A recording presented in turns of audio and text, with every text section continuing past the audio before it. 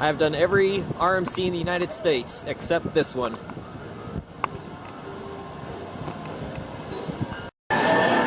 You'll hit 47 miles per hour in 2.2 seconds and drop 165 feet. It's the world's fastest of its kind.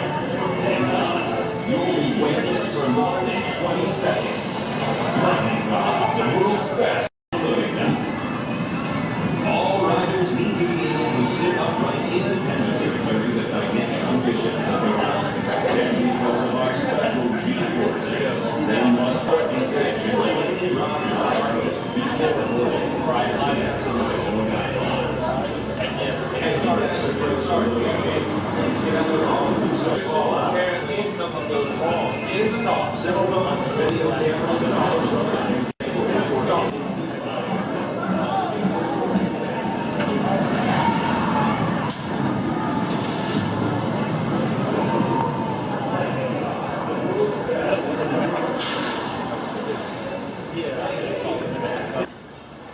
So I've ridden Lightning Rod 3 times now. Go ahead. I waited for the front row on the first ride. Then I was in the middle. Then this last time I rode in the back row. Some people say the back row is too rough on this. I don't think so. Back row is just fine. You can handle a little bit of roughness. It ain't bad at all, really. As a El Toro in every row is rougher.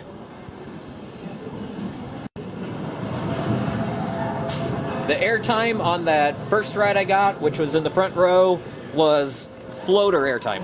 That was so weird. I was like expecting all-out ejector, and it ended up being just floater.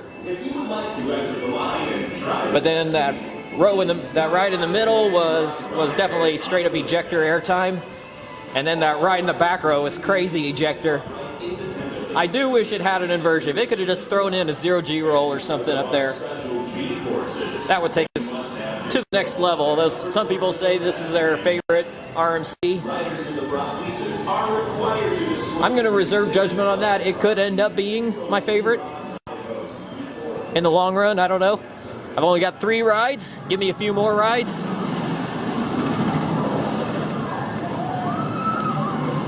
Give me some more rides. I might think even more highly of it.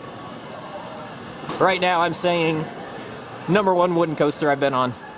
Ahead of Outlaw Run, ahead of El Toro. Right now I'm thinking not much ahead of El Toro, but again, give me a lot more rides on it. I rode Thunderhead in the back row. So another GCI credit. And that was really good. I've heard several people say, including my mom, that this was like horribly shaky, just very rough, terrible ride. I liked it. I don't know, maybe I like the rough wooden coasters, or maybe I just like the GCI roughness. It was a little bit rough, but Prowler's rougher. I think Gold Striker was rougher. There were several GCIs that I would say is rougher than this one. Maybe I'm just catching this on a good day. That could be. But I literally walked right on in the back row. In fact, oh my goodness, everything's 0 or 5 minutes. That's incredible. I'm definitely here on a good day, a good couple of days. Yes, riding the Thunderhead must be able.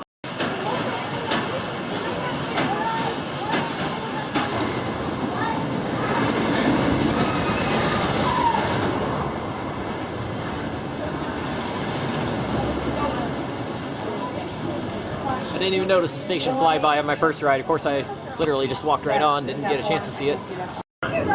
So 4 quick rides in, 3 in the back, 1 in the front. Yeah, I'm a big fan of Thunderhead. I would put this in the league of Renegade. I think I put it a little behind Renegade, though.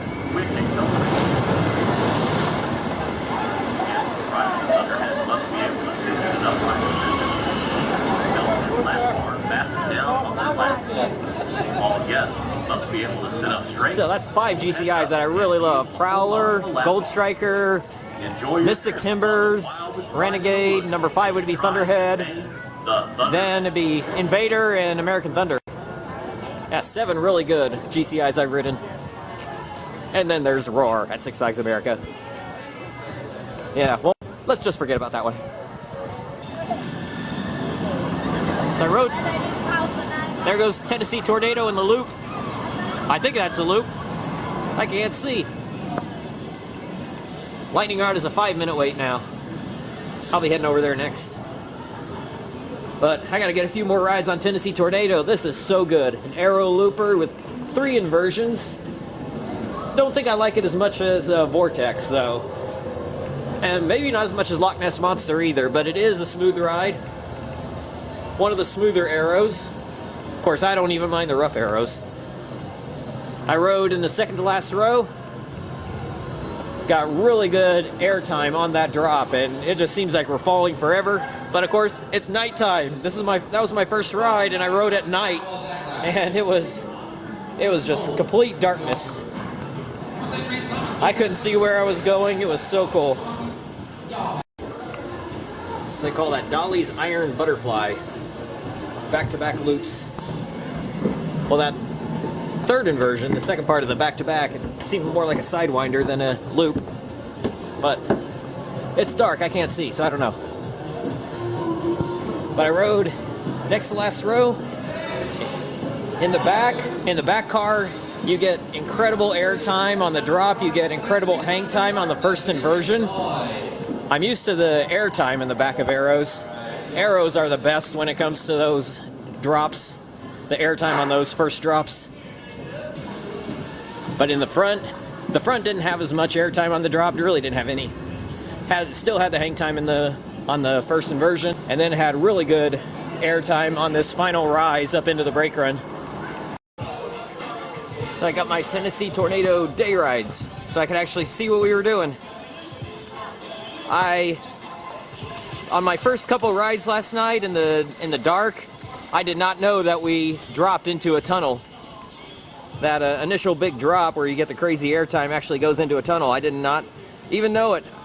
And the only way I was able to kind of figure it out was because I could hear it.